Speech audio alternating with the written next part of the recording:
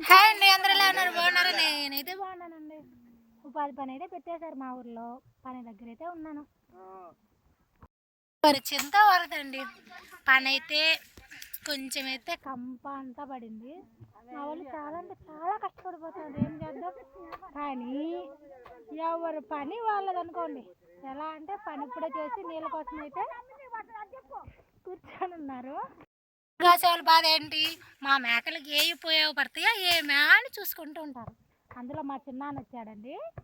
ఆయన మేకల కోసము ఇక్కడైతే జింకు చెట్టు అనేది ఉంది. అది తింటే సతవాడు.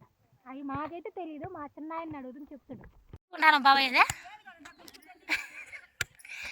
చెప్పుయా, ఎందుకు కొట్టుకుంటాను అంత కష్టపడి? చెప్పు ముక్కలుగా.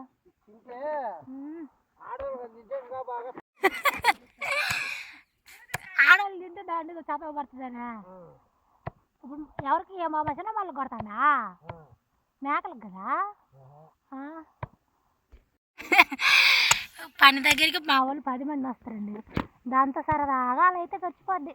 ఈ ఎండల కాలం ఇళ్ళలో ఎవరింట్లో వాళ్ళే, బయటకు వచ్చేది ఉండదు.